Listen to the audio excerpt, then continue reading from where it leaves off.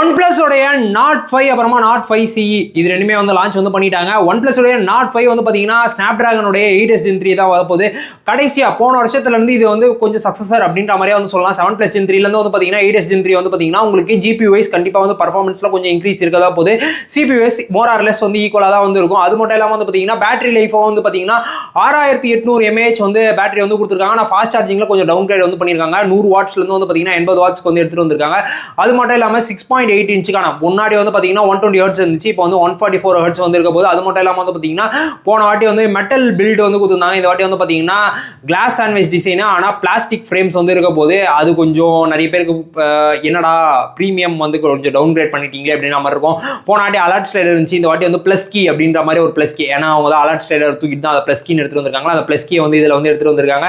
இது மட்டும் இல்லாம வந்து பாத்தீங்கன்னா பிரைசிங் அப்படின்னு சொல்லி வரும்போது வந்து பாத்தீங்கன்னா 8256GB வேரியன்ட் வந்து பாத்தீங்கன்னா 32,000 பிரைஸ் பண்ணிருக்காங்க. அது கார்டு ஆஃபர்லாம் போட்டு நம்மளால வந்து பாத்தீங்கன்னா 30,000 வந்து வாங்கிக்க முடியும்.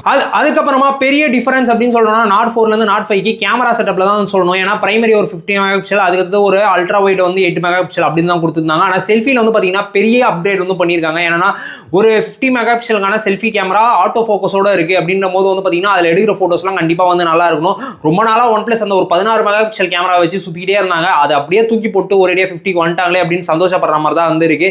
இதே பட்ஜெட் செக்மெண்ட்ல தான் போக்கோட F7 வந்து இருக்கு. F7ல வந்து பாத்தீங்கன்னா பில்டு குவாலிட்டி வைஸ் வந்து பாத்தீங்கன்னா மெட்டல் பில்டு, அதே மாதிரி கிளாஸ் சாண்ட்விச் டிசைன் தான் இருக்க போது. பேட்டரி இதை விட இன்னும் ஒரு கிட்டத்தட்ட ஒரு 700 mAh வந்து அதிகமா இருக்க போது. அதே மாதிரி வந்து பாத்தீங்கன்னா உங்களுக்கு ஸ்னாப்டிராகனுடைய 8s Gen 4 வந்து இருக்கும் அந்த இடத்துல.